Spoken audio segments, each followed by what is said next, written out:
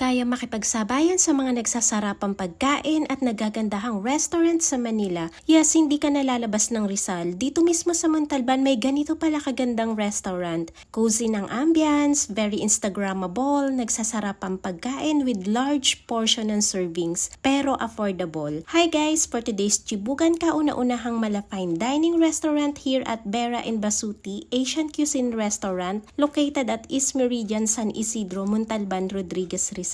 Japanese and Filipino cuisine, lahat yan makikita mo sa menu nila. At first, nakaka-intimidate kumain kasi first thing in your mind baka mahal. But we're glad, tingnan nyo naman yung menu nila. Very affordable naman yung mga prices. And sobrang dami mo rin magiging choices. May solo orders, may mga pambarkada, at merong pampamilya. Wag na natin patagalin, umorder kami ng crispy pata at eto talaga yung uunahin ko. Disclaimer lang po, chop na po yan pag sinerve nila, pero ni-request ko po na wag munang i-chop para may idea kayo sa size pag umorder din kayo. Super crispy pa nung balat at ayan, unang subo ko, kinilig ako dahil favorite ko talaga ang crispy pata. Eto naman yung beef kare-kare na tingin ko palang masarap na, madami yung serving, and sa lasa hindi ako nagkamali. Ganito yung gusto ko sa sauce ng kare-kare, hindi sobrang lapot pero hindi rin malabnaw. Ang tender ng beef at sobrang malasa, tapos lalagyan pa ng alamang, ay the best talaga to. Para naman sa pork sisig, hindi mo rin pagsisisihan. Crunchy at malambot yung laman, hindi maalat at hindi rin sobrang oily. Bagay na bagay talaga to sa plain rice. At eto naman yung favorite na mga sharonya na Shanghai roll, na kahit hindi ko unang tinikman, yung crunchy is hindi nawala. Wagito, sobrang nagustuhan ko, malasang malasa, ang sarap papakin with sweet chili sauce. Lahat ng in-order namin is generous ng serving, talagang for sharing, and bumagay lahat dito sa Yang Chow rice na ang dami-dami din ng sahog. Syempre, titikman din natin yung mga Japanese cuisine na enticing din tingnan sa menu nila. Etong spicy dynamite roll na must try pag nag-visit kayo, super tasty, medyo spicy pero ang sarap at ang laki ng serving. After ng medyo spicy, creamy seafood sa ramen is my choice. Grabe yung toppings neto, ang lalaki, may shrimp, may squid, mussels, may crab balls, tapos crab meat, creamy and tasty yung soup. Ang fresh ng toppings niya, yung pinaka noodles is saktong-sakto lang yung texture. For the gyoza naman, nagustuhan ko to, medyo fry pero moist pa din yung cover niya, and swak sa dipping sauce niya, ang daming laman ng loob. At eto yung stunning talaga sa akin, yung gyodo nila, ang generous nung meat, hindi ka mabibitin, sobrang tasty, ang sarap ng timpla. Walang hindi kami nasarapan sa mga food. May acoustic night din pala sila, nag-i-start sila ng 7 PM. Nag-a-accept din sila ng mga special events like wedding reception, birthday, anniversary, reunion, seminar, company meetings, and syempre, mga Christmas party. Kung looking for best restaurant kayo na hindi na kailangan lumayo, must try dito. Maa-appreciate nyo talaga yung large portion ng serving,